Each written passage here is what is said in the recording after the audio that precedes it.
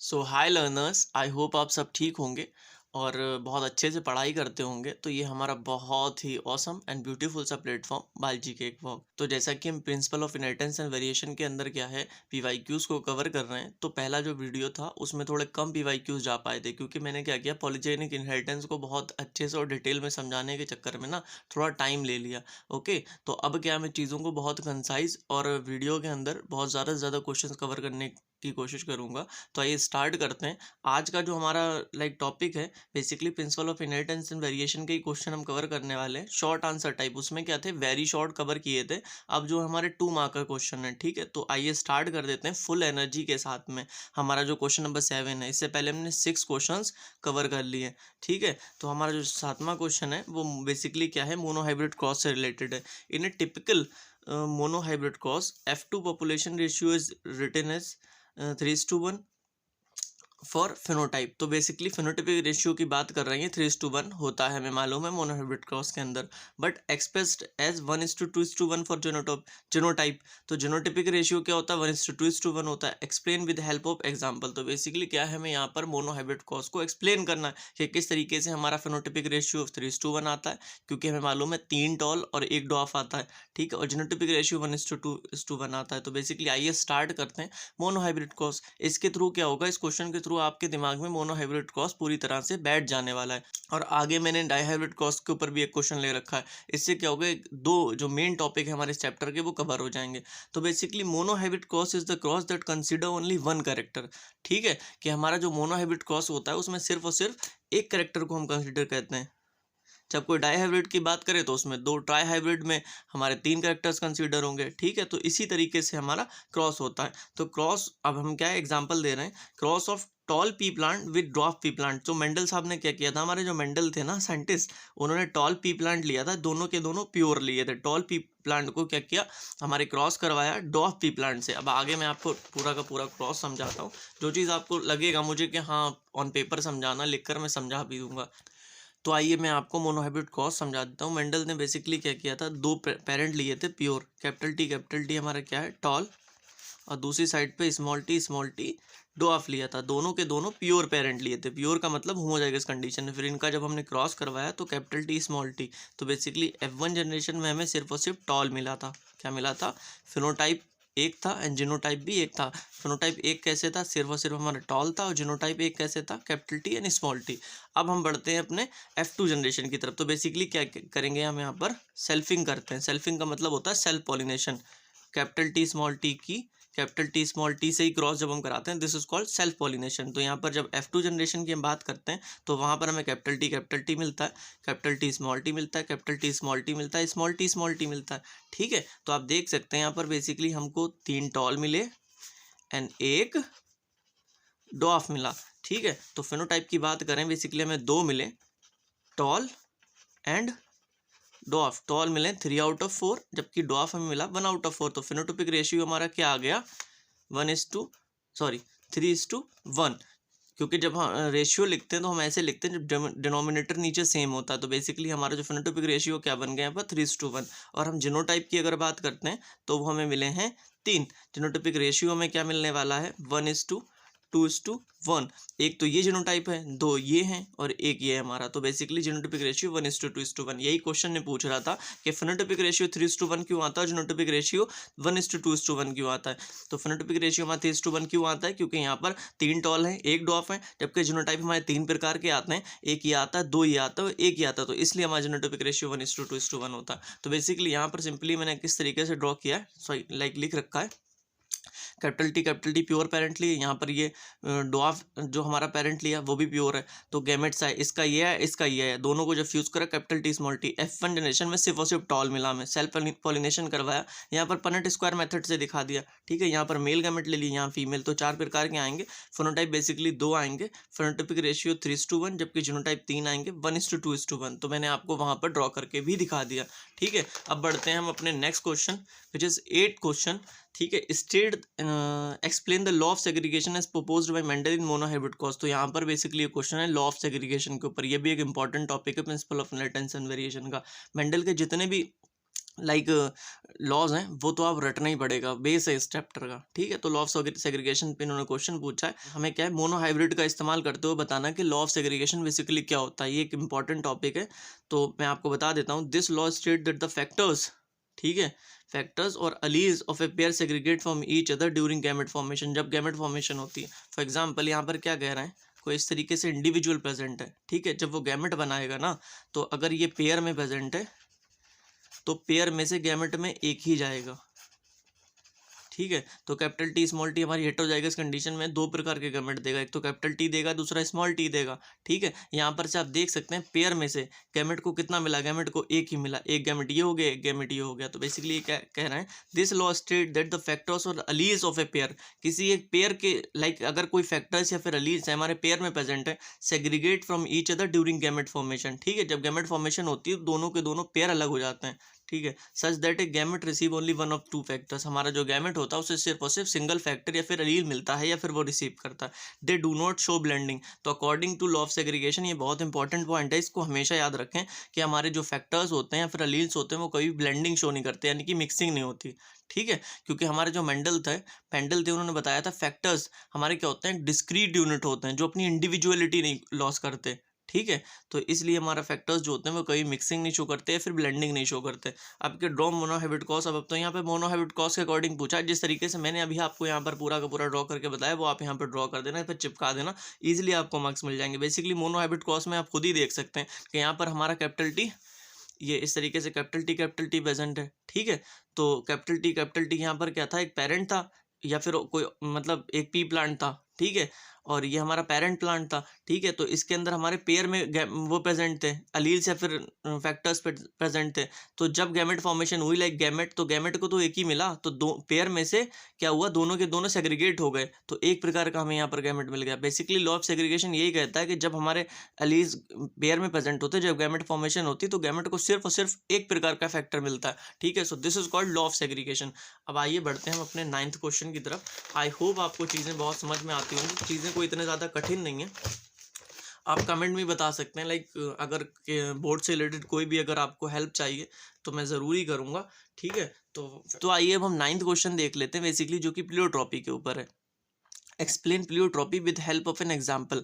तो प्लियोट्रॉपी क्या होती है हमारी, pleiotropy is a condition in which single gene control more than one phenotypic expression. यहाँ पर क्या होता है बेसिकली, एक सिंगल जीन हमारा कई सारे ट्रेट्स या फिर फिनोटाइपिक एक्सप्रेशन को कंट्रोल करता है। So this is called pleiotropy, ठीक है। तो pleiotropy such gene is called pleiotropic gene, एक ऐसा जीन जो कि कई सारे फिनोटाइपिक एक्सप्रेशन या फिर ट्रेट्स को कंट्रोल करता है, तो उसे हम प्लियोट्रॉपिक जीन कह देते हैं, ठीक है। इसका एग्जाम्पल क्या है, फिनाइल कीटोनोरिया दे रखा है एनसीईआरटी के अंदर, बिल्कुल रट ले, क्योंकि हमारा प्लियोट्रॉपी का जो एग्जाम्पल है एकमात्र फिनाइल कीटोनोरिया ही दे रखा है। ऑटोसोमल रिसेसिव डिसऑर्डर है। ऑटोसोमल का मतलब क्या होता है, बेसिकली दो प्रकार के क्रोमोसोम पाए जाते हैं हमारे अंदर, एक तो ऑटोसोम होते हैं, दूसरे सेक्स क्रोमोसोम होते हैं। सेक्स क्रोमोसोम को एलोसोम भी कहते हैं। तो ऑटोसोम पर कहीं ना कहीं इसका जीन प्रेजेंट होता होगा। रिसेसिव का मतलब जो कि होमोजाइगस कंडीशन में दिखाई देता है। बेसिकली याद कर लें, हमारा फिनाइल कीटोनोरिया और ऑटोसोमल रिसेसिव डिसऑर्डर होता है। तो दिस इज प्लियोट्रॉपी। और caused by mutation in gene code for enzyme phenyl alanine hydroxylase, ये हमारी जो लाइक बीमारी होती है फिनाइल कीटोनूरिया वो कैसे बनती है। तो हमारा जो प्लियोट्रॉपिक जीन रहता होगा उससे क्या है, हमारा एक जीन बहुत सारे ट्रेट एक्सप्रेस करा रहा है, अब इसके अंदर म्यूटेशन हो गई, इसी जीन के अंदर प्लियोट्रॉपिक जीन के अंदर म्यूटेशन हो गई। अब वो एक एंजाइम बनवाता था फिनाइल एलेनिन हाइड्रोक्सिलेज, अब ये बनेगा नहीं, तो बेसिकली बॉडी के अंदर कहीं ना कहीं क्या होगा, वो फिनोटाइपिक एक्सप्रेशन है वो ट्रेट एक्सप्रेस नहीं कर पाएंगे, ठीक है। तो ये एंजाइम की कमी की वजह से हमारी जो डिजीज बनती है उसे हम फिनाइल कीटोनूरिया कहते हैं, ठीक है। तो फिनोटाइपिक एक्सप्रेशन अब जब ये डिजीज हो गई तो क्या चीज़ें दिखाई देंगी, लाइक सिम्टम्स क्या होंगे डिजीज के, मेंटल रिटार्डेशन, दिमाग में लाइक संतुलन बिगड़ना, इस तरीके से रिडक्शन इन हेयर पिगमेंटेशन, हमारा जो होगा हेयर थिनिंग हो जाएगी, स्किन पिगमेंटेशन में प्रॉब्लम आएगी, ठीक है। तो दिस इज प्लियोट्रॉपी। और प्लियोट्रॉपी में हमारा जो फिनाइल कीटोनूरिया दे रखा उसका फिर यहाँ पर मैंने सिम्टम्स आपको बता दिए।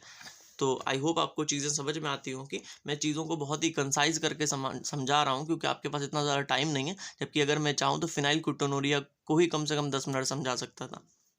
क्वेश्चन नंबर 10 की तरफ हम बढ़ते हैं। बेसिकली ये हमारा इनकम्प्लीट डोमिनेंस पे है, क्योंकि एंटीराइनम मेजस, डॉग फ्लावर या फिर ऐसे कोई भी एग्जांपल, मिराबिलिस जलापा, ऐसे जहाँ पर भी एग्जांपल आप दिखें आप समझ जाना यहाँ पर क्या है, इनकम्प्लीट डोमिनेंस दे रखा है, ठीक है। तो एक क्रॉस बिटवीन ए रेड फ्लावर बियरिंग प्लांट, हमने रेड फ्लावर एक ले लिया, ठीक है, रेड फ्लावर ले लिया, white flower bearing plant of antirrhinum produce all plants having pink flower. तो क्या किया है, white flower and red flower का जब हम क्रॉस करा रहे हैं, कह रहे हैं F1 जनरेशन में सारे के सारे पिंक आ रहे हैं, ऐसा क्यों हो रहा है? जबकि according to Mendel law of dominance जहाँ पे लगता है हमने टॉल लिया एंड डॉफ लिया, जब इनके बीच में हमने क्रॉस कराया तो F1 जनरेशन में टॉल आ जाता है, तो दोनों पेरेंट में से किसी एक से तो F1 मैच कर रही। यहाँ पर तो पिंक आने वाला है, लाइक हमने रेड लिया, pure red and pure white, ठीक है। इसके गैमेट यहाँ से आर से कैपिटल आर आएगा, यहाँ पर स्मॉल आर आएगा, दोनों को जब हम फ्यूज करेंगे जो F1 पोजनी पिंक आने वाली है, ठीक है। यही बता रहा वहाँ पर work out a cross to explain how it is possible. तो बेसिकली यहाँ पर क्या हमें इनकम्प्लीट डोमिनेंस का जो हमारा पूरा क्रॉस है वो ड्रॉ करना है, ठीक है। तो आइए मैं आपको क्रॉस दिखाता हूँ आगे।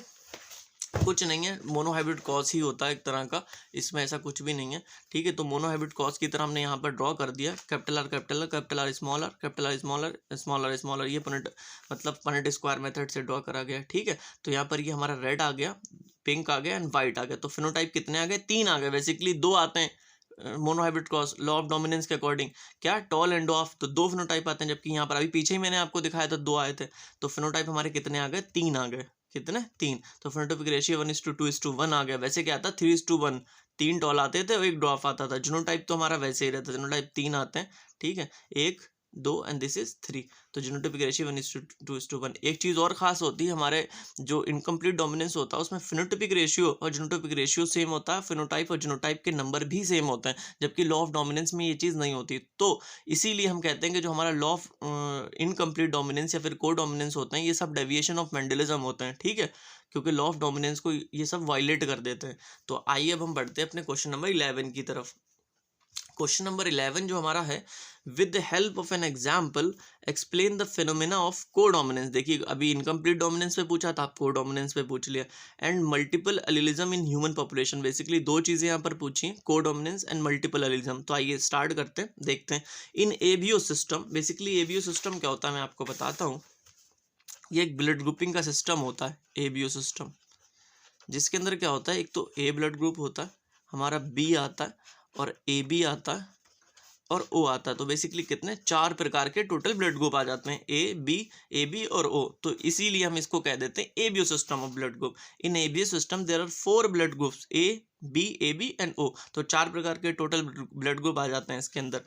ABO blood groups are controlled by gene I, ये याद कर लें, एनसीईआरटी में लिखा हुआ, बिल्कुल रट लें इस चीज़ को, कि हमारा जो एबीओ ब्लड ग्रुप होता है वो जीन आई द्वारा कंट्रोल किया जाता है। The gene I has 3 alleles, ये भी याद कर लें, आई ए, आई बी एंड स्मॉल आई, ठीक है। तो इसको भी याद कर लें, आई ए, आई बी एंड आई। तो ये मल्टीपल एलिलिज्म का एग्जांपल हो गया। मल्टीपल एलिलिज्म का मतलब होता है जहां पर किसी कैरेक्टर के 2 से ज़्यादा एलील्स प्रेजेंट होते हैं, फिर 2 से ज़्यादा जीन्स प्रेजेंट होते हैं, that is called multiple allelism. For example हम लोगों का डिप्लॉयड ऑर्गेनिज्म है, तो हमारे पास क्या होता है, क्रोमोसोम्स पेयर में प्रेजेंट होते हैं। तो एक कैरेक्टर के मैक्सिमम कितने? 2 एलील्स प्रेजेंट हो सकते हैं हमारे अंदर, ठीक है। तो जब हम मल्टीपल एलिलिज्म की बात करते हैं उसे हम पॉपुलेशन में देखते हैं, ठीक। तो ये हमारा बेसिकली मल्टीपल एलिलिज्म हो जाता है। When I A and I B are together they both express themselves. अब ये बात कर रहे हैं हमारा I A allele and I B allele, जब दोनों एक साथ प्रेजेंट होते हैं, दोनों के दोनों एक्सप्रेस कर जाते हैं, produce blood group A B. तो basically A B blood group हमारा कोडोमिनेंस का एग्जांपल क्यों होता होगा? कोडोमिनेंस में क्या होता है कि 2 ट्रेट एक साथ एक्सप्रेस कर जाएं, I A allele I B allele, ठीक है, दोनों के दोनों एक साथ एक्सप्रेस कर जाते हैं और ए बी ब्लड ग्रुप दे देते हैं। So this is called codominance. अब हम बात करते हैं कितने प्रकार के हमें ब्लड ग्रुप मिलते हैं और जीनोटाइप की पॉसिबिलिटी क्या रहती है। तो बेसिकली यहाँ पर फेनोटाइप जो होता है, जो चीज़ हमें यहाँ पर दिख रही है, वो हमारा ब्लड ग्रुप होता है ए बी एंड ओ। तो 4 प्रकार के टोटल फेनोटाइप होते हैं, ये बिल्कुल रट लें, दिमाग में बैठा लें, ये एमसीक्यूज में पूछा जा सकता है। और जीनोटाइप हमारे 6 प्रकार के होते हैं, नीट में भी क्वेश्चन पूछ चुके हैं इसके ऊपर। जीनोटाइप 6 कैसे आते हैं मैं आपको कॉम्बिनेशन बना कर दिखाता हूँ। बेसिकली आप एक चीज़ समझ लें, हमारा जो आई ए होता है, ठीक है, वो हमेशा डोमिनेंट रहता है स्मॉल आई पर, और आई बी होता है वो हमेशा डोमिनेंट रहता है स्मॉल आई पर। जबकि ये दोनों आपस में क्या होता है, ये दोनों आपस में कोई किसी के ऊपर डोमिनेंट नहीं होता है। जब ये दोनों साथ में प्रेजेंट होते हैं वो एक साथ एक्सप्रेस कर जाते हैं, ठीक है। तो ये होता है इस तरीके से। तो हमारा बेसिकली जब भी आई स्मॉल आई इनके किसी के साथ प्रेजेंट होगा तो रिसेसिव बन जाएगा, जबकि ये दोनों के दोनों हमारे डोमिनेंट बन जाएंगे। तो देखिए जब हम ब्लड ग्रुप ए की बात करते हैं तो यहाँ पर आई A and I A present है, ठीक है, क्योंकि हम डिप्लॉयड ऑर्गेनिज्म में ए दो अलील, क्योंकि अलील पेयर में ही प्रेजेंट होने वाले, तो यहाँ पर ब्लड ग्रुप ए बन गया। और दूसरा combination I A and small I, तो स्मॉल आई हमारा रिसेसिव है, तो ब्लड ग्रुप हमारा ए बन गया। अब बी की बात करें, आई बी और आई बी एन आई, ठीक है, तो इस प्रकार से दो कॉम्बिनेशन इसकी भी बन गई, A B I A and I B, दोनों के दोनों एक्सप्रेस कर जाएंगे, ब्लड ग्रुप ए भी बनवा देंगे। जब हम ब्लड ग्रुप ओ की बात करते हैं तो दोनों के दोनों आई प्रेजेंट होते हैं। हमें जैसा कि पता है जो स्मॉल आई हमारा होता है वो रिसेसिव होता है, ठीक है, तो जब होमोजाइगस कंडीशन में होगा, यानी कि इसे कोई दबाने वाला या फिर इस पर डोमिनेंस रखने वाला कोई नहीं होगा, तभी तो एक्सप्रेस करेगा, तो ऐसी कंडीशन में हमारा ओ ब्लड ग्रुप मान लिया जाता है, ठीक है। तो क्वेश्चन नंबर 11 आई होप आपको बहुत अच्छे से क्लियर हो गया होगा, समझना है। तो explain mechanism of sex determination in birds, तो यहाँ पर क्या है, हमारा सेक्स डिटर्मिनेशन वाला टॉपिक भी एक बहुत इंपॉर्टेंट टॉपिक है, तो जो दे रखा है एनसीईआरटी के अंदर, ठीक है। आइए तो मैं आपको बताता हूँ कि किस तरीके से बर्ड्स के अंदर हमारा, सबसे पहला एक पॉइंट आपके लिए एमसीक्यूज के लिए एक पॉइंट देता हूँ, उसके पूछे जाने के चांसेस बहुत रहते हैं कि हमारा बर्ड ही एक ऐसी होती है, ठीक है, जो जो 3 प्रकार के हमारे दे रखे हैं, 3 प्रकार के सेक्स डिटर्मिनेशन दे रखे हैं, तो बर्ड ही ऐसी होती है जो कि फीमेल हेट्रोगेमेटी होती है, वरना हमेशा हमारे अंदर भी मेल हेट्रोगेमेटिक होता है, या फिर जो इंसेक्ट्स होते हैं उनके अंदर भी क्या होता है, मेल हेट्रोगेमेटिक होता है, यानी कि फीमेल हमारी जो बर्ड होगी वो 2 प्रकार की गैमेट देगी, ठीक है। अब मैं आपको बताता हूँ, sex determination in bird is ZZ type, okay, ये चीज़ दे रखी है। फीमेल हमारी हेट्रोगेमेटिक होती है, प्रोड्यूसेस 2 टाइप्स ऑफ एग्स, ठीक है, फीमेल में एग ही होते हैं, eggs, one with Z and one with W। तो बेसिकली फीमेल हमारी जो होती है इस प्रकार से ZW, ठीक है, ZW कहें, या फिर हम इस तरीके से जो complete 2A plus ZW, 2A यहाँ पर ये ऑटोजोम से, ये हमारे दोनों के दोनों को सेक्स क्रोमोसोम है, तो कितने प्रकार के यहाँ पर गैमेट देने वाली है, A प्लस Z, एक ये हो गया, एंड दूसरा A प्लस W, तो 2 प्रकार के गैमेट आ गए। जबकि अगर हम मेल की बात करें, मेल क्या करेगा, 2A प्लस ZZ, एक ही प्रकार का गैमेट देगा, A plus Z and A plus Z। Gamete तो 2 आए, लेकिन कितने टाइप के हैं, तो बेसिकली दोनों के दोनों सेम है, जबकि यहाँ पर ये दोनों आपस में डिफरेंट, तो फीमेल हमारी क्या हुई, हेट्रोगैमेटी हुई, यानी कि 2 गैमेट देने वाली, या 2 प्रकार के गैमेट देने वाली। तो हमारा जो मेल है, तो मेल होमोगैमेटिक होता है, produce only 1 type of gamete, ठीक है, स्पर्म जो होता है सिर्फ और सिर्फ Z प्रकार का आने वाला है। अब हम मेल की बात कर लेते हैं, यहाँ पर इस तरीके से मैंने आपको ड्रॉ करके दिखाया, 2A प्लस ZZ, जो हमारा यहाँ पर जो 2 ऑटोजोम्स होते हैं, ठीक है, ये सेक्स क्रोमोसोम होते हैं, तो यहाँ पर से क्या आएगा, गैमेट आएगा, वहाँ पर से भी गैमेट आएगा। फीमेल हमारे 2 प्रकार की देती, मेल हमारा 1 प्रकार का गैमेट देती है। ये जब हम फ्यूज़ करेंगे इस तरीके से, इसको फ्यूज़ करा लो, 2 प्लस से ZZ मेल बन गया, ठीक है, क्योंकि मेल हमारा होमोगैमेटिक होता है, इसलिए ZZ से मेल बनेगा, ठीक है। फिर हम जब इसे इससे करवाएंगे, 2A प्लस ZW फीमेल बन जाएगी, फीमेल हमारी हेट्रोगेमेटिक होती है, इसलिए यहाँ पर सेक्स क्रोमोसोम में ZW दिखाई दे रहा, ठीक है। आई होप आपको 13 क्वेश्चन बहुत ही अच्छे से समझ में आया होगा, ठीक है। और इन जो मैं क्वेश्चन आपको समझा रहा हूँ, इनमें से किसी भी क्वेश्चन या फिर किसी टॉपिक में आपको डाउट हो, आप कमेंट सेक्शन में जाकर डायरेक्ट बताएं, या फिर एक्सप्लेनेशन मांग सकते हैं मुझसे, मैं आपके लिए पूरा का पूरा एक वीडियो बना दूंगा और चीज़ों को बहुत अच्छे से डिटेल में समझाने की कोशिश करूंगा। यहाँ पर मैं चीज़ों को कंसाइज करने की कोशिश, ठीक है। तो आइए देख लेते हैं हमारा question number 14। Why did T.H. Morgan selected Drosophila melanogaster to study sex-linked genes for his lab experiment? यहाँ पे बात हो रही है T.H. मॉर्गन ने हमारे ड्रोसोफिला को ही क्यों सिलेक्ट किया था अपने इस एक्सपेरिमेंट के लिए, ठीक है, जो उसने लिया था सेक्स लिंक्ड जीन की बात मतलब क्या होता है, जो हमारे सेक्स क्रोमोसोम के ऊपर जीन्स प्रेजेंट होते हैं उनकी स्टडी के लिए। तो अब मैं आपको रीजंस देने वाला हूँ कि T.H. मॉर्गन ने यहाँ पर क्यों सिलेक्ट किया था इस फ्लाई को। ड्रोसोफिला जो मेलानोगास्टर है वो एक तरह की फ्रूट फ्लाई होती है, ठीक है। अगर आपको MCQ में क्वेश्चन पूछ रहे हैं लाइक 3-4 ऑप्शन देकर कि हमारी जो ड्रोसोफिला मेलानोगास्टर है वो कहाँ पर ग्रो हो सकती है, तो जहाँ पर आपको फ्रूट देके मार्क कर देना, ठीक है। They could be grown on simple synthetic medium, कि हमारी जो ये जो फ्लाई है वो ईजी टू ग्रो हो, ईजिली हम इसे लैब के अंदर ग्रो करा सकते हैं। They complete their life cycle in about 2 weeks, सिर्फ और सिर्फ 2 हफ्तों के अंदर अपनी लाइफ साइकिल कंप्लीट कर सकती है, ठीक है। तो इसके ऊपर इजीली हम स्टडी कर सकते हैं। Simple mating and could produce large number of